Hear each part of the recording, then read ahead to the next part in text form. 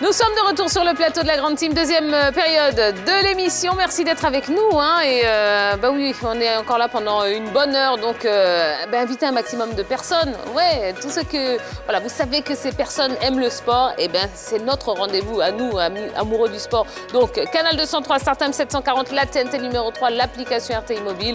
Et bien voici les différents canaux pour être avec nous du lundi au vendredi de 20h30 à 22h. On est en direct, donc n'hésitez pas, interagissez avec nous via notre page Facebook. Vous tapez juste sur Facebook, la 3, vous allez nous voir et puis vous laissez un petit commentaire en dessous de la publication de l'émission. Je vous le disais il y a un instant, on va passer à la question du jour avec Jojo.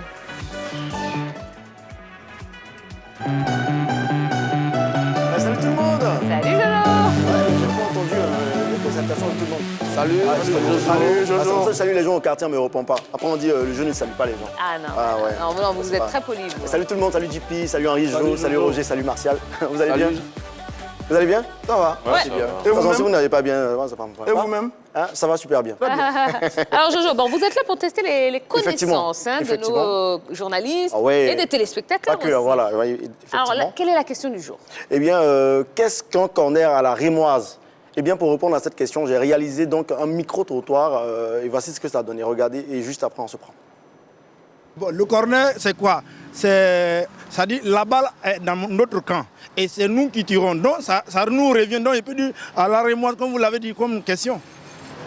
Voilà, pour moi, le corner à la rémoise, c'est à nous la balle. Donc, c'est pour moi, c'est comme ça que je vois la définition. Voilà. Un corner à la rémoise, c'est un enjaillement pour le monde. Un corner à la rémoise, c'est un corner sur le côté. C'est ça mon avis. Bon, disons, je vais ici sur le gardien, il relâche pour aller vers le 6 mètres. Ça, c'est mon avis. Un corner à la rémoise, pour moi, c'est un corner qui se passe entre 2 ou 3 personnes. C'est-à-dire, le corner est centré, un joueur fait la passe à un autre et il marque le corner. Pour moi, c'est ça un corner à la rémoise. En fait, il y a beaucoup de choses. Donc, un corner à la rémoise, c'est la même chose. C'est celui qui se marque. CSC ou quoi, c'est celui qui se marque. Un corner à la rémoise, c'est celui qui se marque. Eh bien ça, c'est l'explication des Ivoiriens. Eh bien, pour être plus sérieux, quand on est à la rémoise, c'est le fait de ne pas envoyer directement le ballon dans la surface de réparation. Donc, jouer à 2.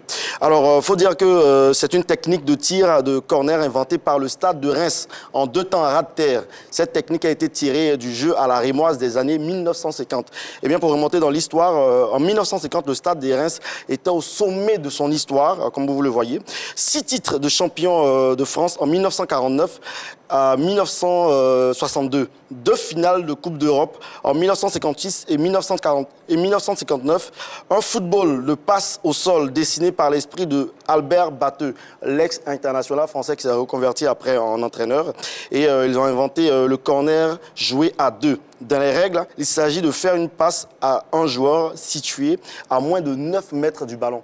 Eh bien, c'est celui-là, un corner à la rémoise. Qui le savait ici autour de la table? Honnêtement. Tout le monde. Tout le monde. Ouais. On entend rémoise, c'est rémoise qui fatigue un peu les gens. Seulement, il nous a bien expliqué maintenant. Ouais, c'est avec l'historique, machin, tout ça, c'est très bien. Effectivement. Vous avez connu M. Batteux? Non, pas du tout. Quoi, Roger Stéphane? 1950. C'était dans les années 50. Je ne savais même pas que cette équipe de Rennes. C'est votre adolescence, ça, non? C'est qu'il a quel âge? Gentile, J'ai plutôt connu la grande épopée de Saint-Étienne des années 70, mais Rennes, c'est en années 54. Avant, c'est trop me demander, monsieur. Effectivement, Henri, je savais, hein. Non, Roger Stéphane lui connaît Gentile, il connaît Barési, il connaît Dibadio, voilà. Yann Cruyff. On a eu la chance d'échanger avec M. Batteux. C'est un homme très sage. M. Batteux. Quelle année? 98. D'accord. Eh bien, super, merci beaucoup. Oui, merci à tous. Et c'est top que vous veniez nous apprendre comme ça des choses sur le plateau. Oui, merci à vous pour l'accueil. Vous revenez quand vous voulez. Oui, mais s'il y a des bonbons, ou bien s'il y a quelque chose. Parce que s'il n'y a rien comme ça, on peut venir. Il y a du placali. Voilà, effectivement. Donc, merci Tia, je vous en prie. Voilà, je remercie tout le monde. JP, Vous voulez saluer le quartier, allez-y. Voilà, le quartier, ceux qui me... Parce qu'aujourd'hui, il y a l'anniversaire d'un vieux père, voilà, je le salue, voilà, il s'appelle, j'ai oublié son nom, parce qu'il m'a dit, mon petit, si tu vas sur le plateau, dis que je regarde la Grande Team, je suis un grand fan de la Grande Team. Tu es un grand fan de la Grande Team, mais par il est contre, dans mon quartier. D'accord, on le salue. On le salue. Par contre, promettez-nous que ce sera tout sport confondu, hein, parce qu'à la Grande Team, on parle il y aura de du tous les football, sports, de la natation, en tout cas, du rugby, et je sais pas, en tout cas... Dodgeball même, voilà, effectivement. Dodgeball, oui, ça c'est un nouveau sport, là. On a présenté même sur le plateau ce sport-là. Donc, je vais venir. Merci tout le monde. Au revoir. Bye bye, merci. Allez, avant d'ouvrir le débat sur l'attente interminable du nouveau sélectionneur des éléphants, je vous invite à écouter l'attaquant ivoirien Bayo Bakoun, dont l'option d'achat vient d'être levée par Charleroi.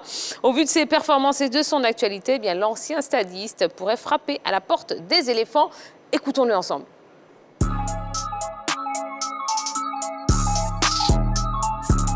Bayo qui a encore du jus. Bayo, allez, ça c'était bon, oui. Bakoun Bayo pour le doublé.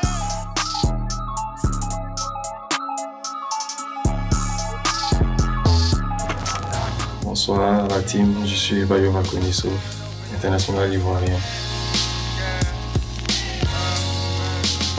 Bon, je le savais déjà parce que il y a, je crois, 2 semaines, le président m'a fait appel, me questionner en me demandant est-ce que je me sentais bien au club et tout, voilà. Et je lui ai dit comme ça que oui, je me plaisais ici et voilà, j'ai la confiance de tout le monde, le coach et tout, donc voilà, j'essaie de marquer des buts et voilà, donc je suis content d'être ici. Et il m'a dit ok, il n'y a pas de souci, donc je savais déjà où il voulait en venir, mais voilà. Après, voilà. Aujourd'hui, je suis très content de signer là et c'est juste après le match, mon dernier match où j'ai fait le doublé, que voilà, on a finalisé tout en fait.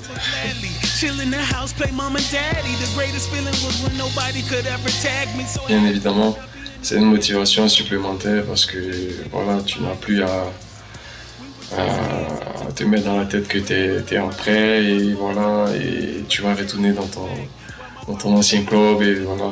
Donc c'est motivant de rester là parce que je m'exprime chaque semaine, j'ai la confiance de tout le monde. Voilà, donc c'est une motivation de plus pour moi. Et je suis très content d'avoir signé là. Bah oui, bien sûr. C'est l'un de mes objectifs, voilà, un retour en sélection et je pense que je suis sur la voie, je pense. Donc voilà, si j'ai l'opportunité si j'ai eu l'opportunité, je vais la saisir. Donc voilà. Bien vrai qu'on n'a pas encore de nouveaux coachs, mais s'ils savaient que la liste sort bientôt, que je suis parmi, je serais très content parce que j'ai travaillé aussi en fonction, donc c'était dans mes objectifs. Bayo qui a encore du jus. Bayo, allez, ça c'était bon, oui. Bakoun Bayo pour le doublé.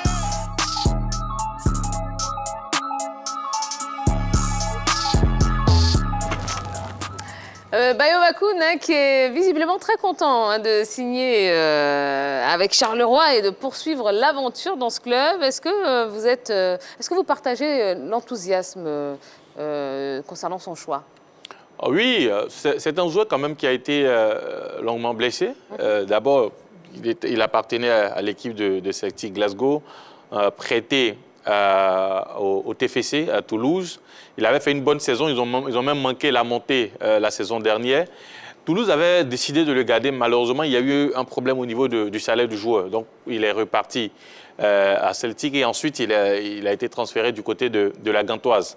Ensuite, arrivé à la Gantoise, il a été prêté à Charleroi. Donc, ayant fait une bonne saison, d'abord une bonne moitié de saison, l'équipe a décidé de le pleinement, je dirais, à son adresse devant les buts. Et c'est logiquement que le club a quand même décidé de le conserver. Donc, c'est une bonne nouvelle. Oui. Non, moi, je pense que c'est toujours bon de savoir qu'un Ivoirien retrouve la forme. Et comme il l'a dit, il revient de loin.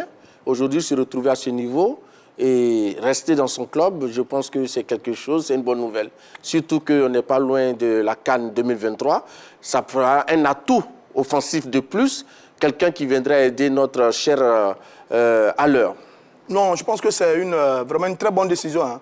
Celle de rester à Charleroi. Je crois qu'il est arrivé en janvier 2022. Il est arrivé en janvier. En remplacement de Nicholson, un Jamaïcain qui était sur le front de l'attaque de cette équipe de Charleroi. On avait un peu hésité au départ parce qu'il était prêté, je crois, c'est quoi 11 buts 11 buts.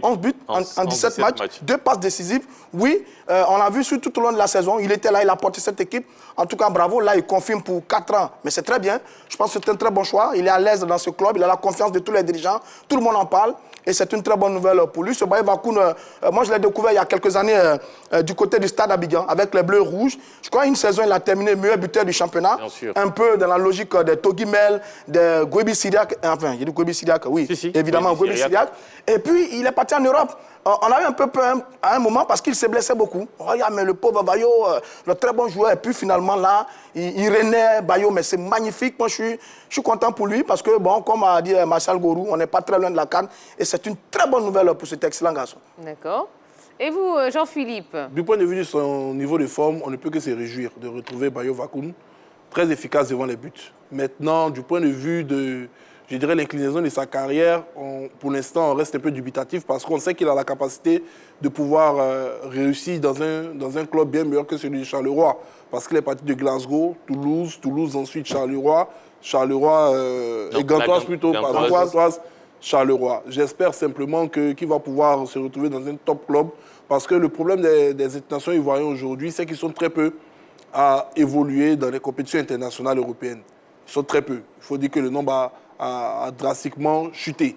Et donc, j'espère que cette nouvelle génération, on trouvera plein de joueurs qui pourront chaque année jouer les différentes compétitions européennes pour se bonifier et revenir en équipe nationale avec cet apport en plus. D'accord. Bon, Charleroi, quand même, qui est un club de première division belge. Donc, oui, mais bon, il joue les playoffs actuellement. Voilà, puisqu'il y a 2 parties au niveau du championnat belge. Il y a la première partie et la deuxième partie, il joue les playoffs actuellement. Donc, il est toujours en compétition. Mais comme je dis, c'est l'effet contraire de sa carrière qui aurait été, je veux dire, plus appréciable quand même. Partir d'un petit club de Il a commencé fort, Celtic, Toulouse. Ensuite, Gantoise. Là, on estime qu'il est en train de se relancer. Quand on lui sait quand même il n'a pas aussi été épargné par les blessures. Voilà, beaucoup de blessures. C'est ce que je dis. J'espère que dans les années à venir, avec ces statistiques, il pourra retrouver un bon club. Absolument. Alors, l'entraîneur de Charleroi, M. Edouard Steele, a déclaré ceci. Bayo a réussi à connecter le club à ses besoins. C'est lourd de sens quand même. Hein? Oui, mais ils avaient besoin d'un buteur. Le Jamaïcain Nicholson est parti, ils avaient besoin de quelqu'un pour mettre des buts. Et oui, il est arrivé au bon moment. Il a réussi à s'adapter rapidement à l'environnement. Il a réussi à comprendre rapidement le jeu de ses coéquipiers. Il est buteur, il est passeur, il termine des actions. On a vu quelques buts qu'il a cette saison. Il a sa capacité à terminer des actions en pleine phase de réparation. Un peu comme Sébastien Haller a réussi à s'imposer rapidement avec l'équipe de la JAS. Oui, c'est le même cas. Donc oui, en plus, c'était un prêt. Et le prêt était concluant. On lève l'option d'achat. Ensuite, il signe pour 4 ans. Donc, ça veut dire que ça a été, je dis, du pain béni pour l'équipe de Charleroi. Donc, forcément, tous les dirigeants sont contents. Et nous, avec, pour notre Bayo Vakoun. Moi, je suis sûr qu'il ne va pas passer plus de 2 saisons dans ce club. Parce qu'avec les statistiques qu'il a, forcément, derrière, il aura des clubs qui seront demandeurs. Mais mieux, c'est que il est venu pour 6 mois et il figure parmi les 3 meilleurs joueurs du club. Le meilleur joueur qui a été désigné cette saison, c'est le portier burkinabé Kofi. Hervé Kofi a été désigné meilleur joueur de Charleroi sur la saison. Ensuite, il y a un deuxième joueur, et Bayo Vakoun, avec 6 mois de compétition, est 3e.